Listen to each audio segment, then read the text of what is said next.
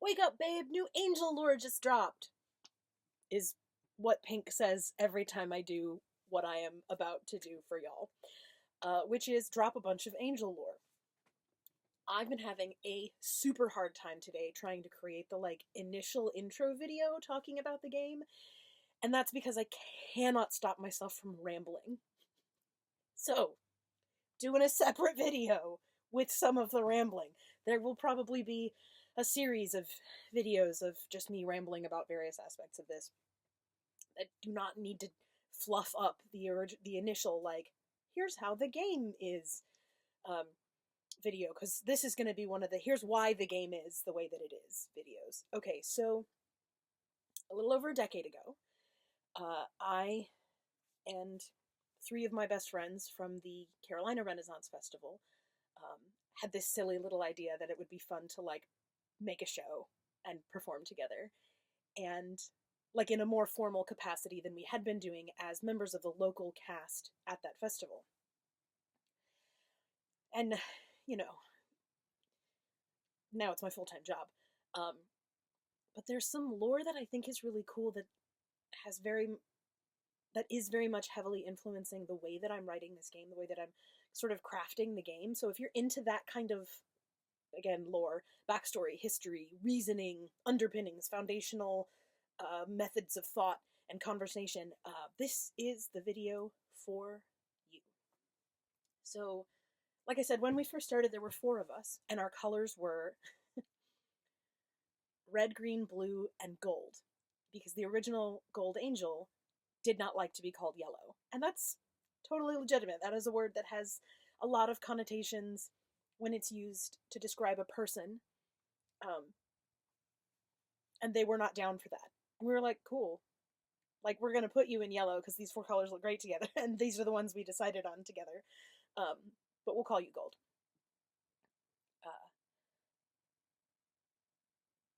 Interestingly, I'm trying to decide how much lore to give y'all. Gold is a wonderful, fascinating person. Their character's name was Harmony Bonnets. They were the village haberdasher, which is a hat maker, for those of you unfamiliar. So, we had a series of slumber parties. I know a lot of y'all have heard this story, but this is the real, actual, verifiable truth, okay? We had a series of slumber parties that we called Angel Nights, and we worked on the show kind of in secret. At the time, one of the angels was married. They still are. One was in a long-term relationship. They are not anymore. One of the angels still lived with their parents. They do not anymore. And I was very, very, very recently divorced, overlapping the divorce process and the creating the show process. So this is a big part of what really helped me in a very difficult time in my life. And wait, is that all 4 of us? Yeah, and I was living with a new partner, so we all had people we lived with who knew what was going on, but we didn't tell a lot of our friends. We didn't post publicly about it on Facebook, because at the time we were wouldn't it be cool if we could just surprise, we did a thing, which is what happened. Except surprise, we did so much more of the thing than we had intended to. so much more. Management was expecting us to offer up a 7-minute pre-opening gate show with a song in it or something. And we rolled up and we were like, yeah, so we wrote that. But we also wrote 2 30-minute stage shows with multiple songs and choreographed sword fights. And so they were like, you're hired, you little overachievers. There was a lot of drama resulting from the fact that we had kept it kind of secret. In between the auditioning and getting hired process and the beginning of that festival season, there were quite a few people who were like, they haven't earned it, they don't deserve it, they didn't do the work, somehow nefariously these girls must have gotten hired for other... It was gross. It was really gross. And yeah, yes, I am in my pajamas. This is my house, this is my couch, these are my many skulls. It's January 2nd. It's a good day for pajamas. Anyway, when we were crafting the show, during those slumber parties, those angel nights, we talked about so much meta character stuff, like things about our characters that were never going to necessarily show up on stage or like directly influence things on stage. But that's part of what I love about like role-playing games and about acting, because they're closely related activities. I love the backstory. I love the lore. I love my character says it this way because of this thing that happened in their past that isn't part of this story, but everything about you influences the way that you behave, and so everything is a part of the story ultimately. So we sat around and we drank wine, and we watched a lot of, YouTube videos. Not about what we were doing, like we just showed each other our favorite YouTube videos a lot. Did some living room karaoke, and then we sat down and we talked about stuff like, okay, what are the social classes of our characters? Because one of us had been playing a peasant, a fisherman's daughter peasant character, and one of us had been a member of the royal court off and on for many years, and during this period of our friendship had been playing like a high-end merchant.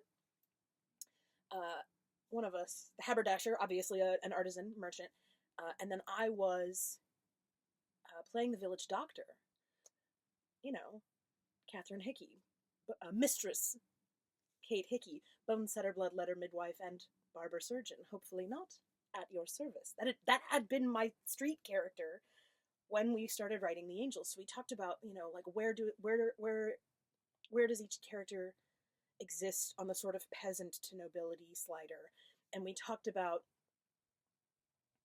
even more meta stuff than that, like we picked our colors, obviously, but then we also chose like metals to represent each of us. I'm copper, red is copper, green was silver, blue was gold, and gold picked adamantium because, among other things, we're huge nerds. In retrospect, we probably could have gone with like platinum or something, but at the time we were brainstorming and they just blurted out adamantium, and we were like, yeah, that's yours. That's definitely yours. Less helpful in the deciding which jewelry to wear department, especially since copper immediately turns my skin green, despite it being one of my favorite elements.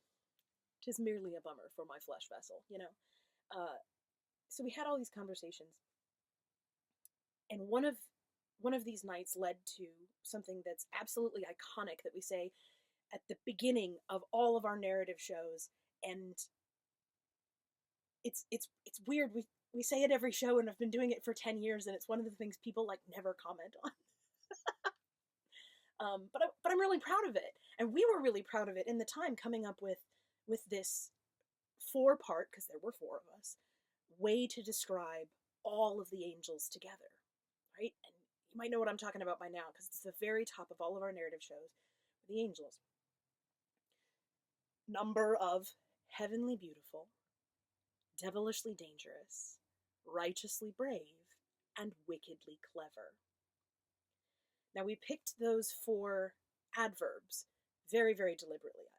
You may have noticed that they are heavenly, devilishly, righteously, and wickedly.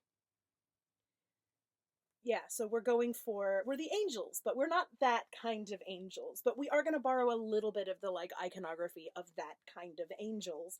We wear our circlets, which represent halos. We have feathery wings.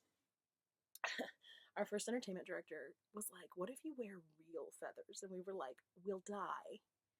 It'll be horrible.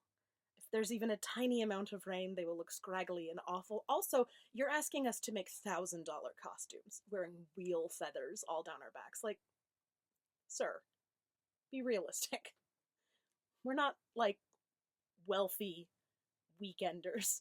We're like, dude, one of us is in college. We don't have money? What are you talking about? I have so much debt. Divorce.